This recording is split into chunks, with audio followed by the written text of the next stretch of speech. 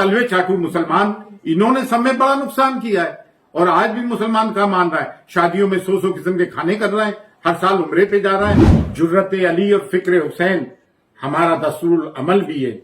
और इस तरह के मामलात में आज मुसलमान वक्फ के मामले को लेकर अल्लाह का शुक्र है, अल्लाह का शुक्र अदा करते हैं कि हम एक प्लेटफॉर्म। आज मुस्लिम इलाकों में जाओ, मुखबिरों की और दलालों की कमी नहीं। जो इस वक्त बोर्ड की हिमायत कर रहा है वो हम में से नहीं, मीडिया इन्हें बता रहा है, चंद बुरखापोश औरतों को कि देखो ये वक्फ बोर्ड की हिमायत कर रहा है, चंद दलालों को बता रहा है कि वक्फ बोर्ड की हिमायत कर रहा है। अरे भाई 99.999% मुसलमान इसके खिलाफ है, 0.0001% मुसलमान इसके फेवर में जो ऑन पे रोल है। दिल्ली के मुगलाई जायकों के दीवाने हैं तो फिर गोश्ताना आइए। शानदार इंटीरियर, आरामदेह मजलिस और खूबसूरत समा के साथ, जहां हर डिश में बसी है दिल्ली के खास खानों की रूहानी महक, जायका जो दिल को छू जाए। Address Jamia Nagar, hotel river view, ठोकर नंबर 3, अबुल फजल इनक्लेव। देखिए ऐसा है कि जैसा हो रहा है पिछले 11 साल से, सांस ही नहीं लेने दे रहा है मुसलमानों को। कभी लव जिहाद, तो कभी आर्टिकल 370, तो कभी ट्रिपल तलाक, तो कभी CAA, तो कभी UCC, तो कभी हर मस्जिद दरगाह खानकाहों के नीचे मंदिर तलाश किया जा रहा है। हत्ता के ख्वाजा मोइनुद्दीन चिश्ती रहमतुल्लाह अलैह की दरगाह में मंदिर तलाश किया जा रहा है और खामोशी गवर्नमेंट। और जब ये बिल पास हुआ राज्यसभा में तो जय श्री राम के नारों के साथ पास हुआ। ना तो वहां पे अल्लाह अकबर के नारे की जरूरत है, ना जय श्री राम के नारे की जरूरत है। ये एक कम्युनल एजेंडा है जो साफ तौर से जाहिर हो रहा है। फिर इसके अंदर क्या है, वक्फ बाय यूजर को निकाला जा रहा है, लिमिटेशन एक्ट को अप्लाई किया जा रहा है, यानी कि टेनेंट किराएदार को इसकी मालिकाना हैसियत दे दी जाएगी। गवर्नमेंट की कई ऑफिसेज हमारे औकाफ की प्रॉपर्टीज पे, और हमें ये कहा जा रहा है कि जहां औकाफ अपना वक्फ झंडा गाड़ देती है उसकी मिल्कियत हो जाती है। अरे भाई, वक्फ की प्रॉपर्टीज को तो मिसयूज उन लोगों ने नहीं किया है जो वक्फ बोर्ड के चेयरमैन, मेंबर, वक्फ काउंसिल के मेंबर बन के आए, तलवे चाटू मुसलमान, इन्होंने सब में बड़ा नुकसान किया है। और आज भी मुसलमान क्या मान रहा है, शादियों में 100 किस्म के खाने कर रहा है, हर साल उम्रे पे जा रहा है। मतलब जब तक हम अपने सोशल ईगल्स को खत्म ना करेंगे, हम अपनी सफों में एहतियात नहीं कायम करेंगे, हमारी सफों में मीर जाफर और मीर सादिक की निशानदेही ना करेंगे, इनका बहिष्कार ना करेंगे, इन मुस्लिम दलालों का जो हर असम से नॉर्थ ईस्ट से लेकर राजस्थान और कश्मीर से लेकर कन्याकुमारी तक है। आज मुस्लिम इलाकों में जाओ, मुखबिरों की और दलालों की कमी नहीं। जो इस वक्त बोर्ड की हिमायत कर रहा है वो हम में से नहीं, मीडिया इन्हें बता रहा है, चंद बुरखापोश औरतों को कि देखो ये वक्त बोर्ड की हिमायत कर रहा है, चंद दलालों को बता रहा है कि वक्त बोर्ड की हिमायत कर रहा है। अरे भाई 99.999% मुसलमान इसके खिलाफ है, 0.0001% मुसलमान इसके फेवर में जो ऑन पे रोल है। दूसरी चीज ये है, now I am coming to the legal point, direct violation है आर्टिकल 14 का, freedom of religious right article 15 का, आर्टिकल 26 का वायलेशन है। हर रिलीजियस डिनोमिनेशन को अधिकार है कि अपने NGOs और चैरिटेबल ऑर्गेनाइजेशन चलाए, आर्टिकल 29 का वायलेशन है। ये कॉन्स्टिट्यूशनल, ये ब्रीच ऑफ राइट्स है। और 5 कॉन्स्टिट्यूशनल बेंच के जजेस बैठ के इसको फैसला करें। ये लड़ाई लंबी है, जैसे किसान आंदोलन की थी, लेकिन सुप्रीम कोर्ट को, ऑनरेबल सुप्रीम कोर्ट को, honourable Chief Justice of India को इस पर एक टेम्परेरी स्टे लेना चाहिए, वरना कोर्ट में लड़ाई चलती रहेगी और ये हमारी जगहों को बुलडोज करते रहेंगे। ये हमारे साथ जुल्म है, जुल्म की इंतहा है। दूसरी चीज ये है कि पर्सनल लॉ बोर्ड से भी एक गुजारिश है, वो ये गुजारिश है कि जैसे ट्रिपल तलाक के मामले में, बाबरी मस्जिद के मामले में इनका जो एटीट्यूड रहा, बड़ा डोसाइल एटीट्यूड रहा। हम ये चाहते हैं कि इनके एटीट्यूड में एग्रेशन हो। इसका मतलब ये नहीं कि हम वायलेंस ब्रीच कर रहे हैं, लेकिन अब इनको अपने तरीकाए कार में तब्दीली लाना पड़ेगी।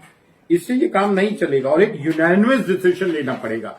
बिल इत्तेफाक रहा है, उसमें जमीयत उलमा हिंद भी हो, जमात इस्लामी भी हो, दीगर ऑर्गेनाइजेशंस भी हो मुसलमानों की, और मुस्लिम दरगाह और खानकाहों का आना भी जरूरी है। दरगाह और खानकाहों के वो सरकर्दा मुसलमान जो मुसलमानों के हक में बाबांगे दौल बोलते रहे, ना कि वो दलाल जो कि हुकूमत की चापलूसी करते रहे अपने छोटे छोटे इंटरेस्ट के लिए, अपने मफादात के लिए, जिनके चेहरे आज काले पड़ गए और चेहरों पे तबर्रा बरस रहा है। दूसरी चीज ये है, हम हिंदुस्तान की सालमियत में, इसकी अखंडता में विश्वास करने वाले लोग हैं। इसीलिए हमने 1947 के पार्टीशन को ठुकरा कर इस देश में जहां हमारे बुजुर्ग दफने कब्रें हैं इसको अपनाया है। लेकिन हम इस बात को भी फरामोश नहीं कर सकते कि हमारे सामने बद्र हुनैन, खैबर और खंदक, करबला भी है। जुर्रत अली और फिक्र हुसैन हमारा दस्तूर अमल भी है। और इस तरह के मामलात में ये हमेशा से इन इस्लामिक दुश्मन और मुस्लिम दुश्मन ताकतों के खिलाफ ये एक मील का पत्थर साबित हुई है। आज कोई अगर मुसलमान ये बात करता है या कोई गैर ये बात करता है कि हम फिरकों में बटे हुए, तो अल्हम्दुलिल्लाह आज की तारीख में ना हम फिरकों में बटे हुए हैं ना बिरादरियों में बटे हुए हैं। आज मुसलमान वक्फ के मामले को लेकर अल्लाह का शुक्र है, अल्लाह का शुक्र अदा करते हैं कि हम एक प्लेटफॉर्म पर हैं। आप देखें, मुझे एक बात बताइए, एक चीज और लिखिए कि अगर कोई मुसलमान इसको वक्फ करना चाहे मिल्कियत, ये अल्लाह और उसके रसूल की है। पहला वक्फ अल्लाह के रसूल सल्लल्लाहु अलैहि वसल्लम ने कायम किया था कि कोई मुसलमान अगर कोई चीज वक्फ करना चाहता है तो ही should be a practising Muslim for 5 year, 5 साल के लिए प्रैक्टिसिंग मुस्लिम हो।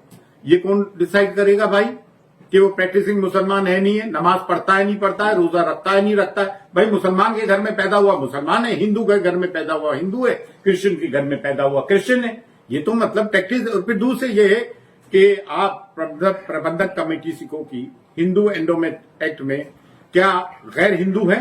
क्या सिख प्रबंधक कमेटी में क्या कोई गैर सिख है? जीनियों के धर्म इस्लाम में कोई, उनके मजहबी मामलों में कोई गैर चयन है? तो फिर हम मुस्लिमों के मामले में कोई गैर मुसलमान क्यों, काय को हो?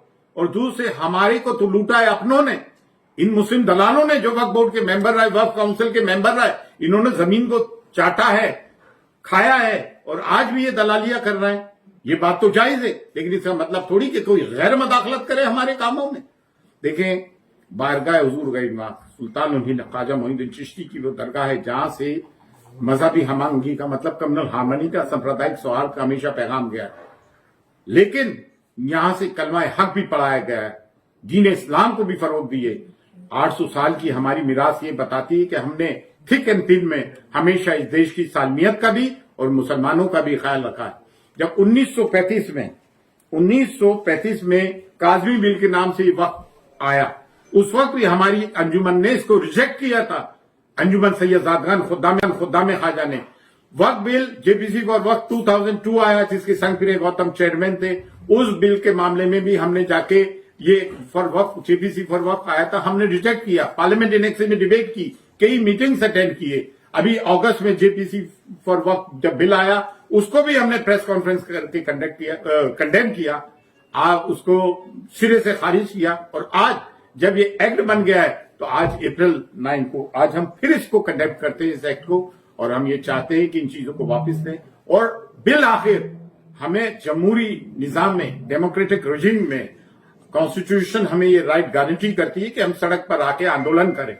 जब लोगों ने ट्रेन की पटरियां उखाड़ दी, बसों को रोक दिया, आग लगा दी, वो जायज है उनका। हम पीसफुल एजिटेशन करें कि शाहीन बाग बन रहा है। गांधी जी के नॉन कॉपरेशन मूवमेंट के बाद भारत का सब में बड़ा डेमोक्रेटिक और पीसफुल एजिटेशन रहा है।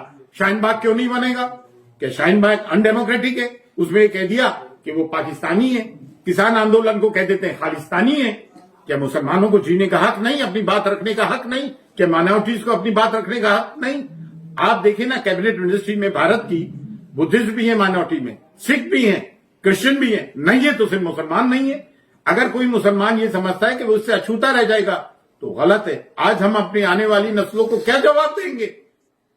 इसमें दरगाहें, खानकाहें, मदारिस, मस्जिद, कब्रस्तान सब आते हैं। तो ये समझता है कि अरे हुकूमत से लड़ो। अरे भाई, हुकूमत ही तो एक्ट लेकर आई है, जो ये एक्ट लेकर आया उसी के खिलाफ तो हम बोलेंगे।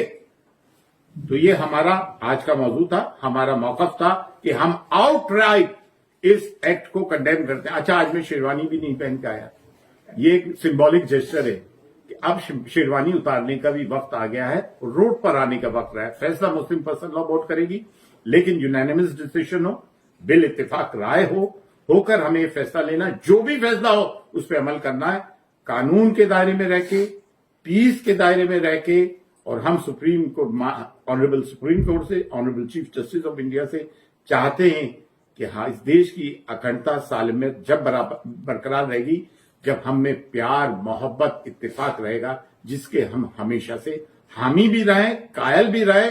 ख्वाजा मोइनुद्दीन चिश्ती की दरगाह वो दरगाह है जाके हर धर्म संप्रदाय डिनोमिनेशन के लोग आते हैं और हमने हमेशा उनका खैर मकदम किया है। लेकिन हम इस बात को भी नहीं भूल सकते कि हम मुसलमान हैं।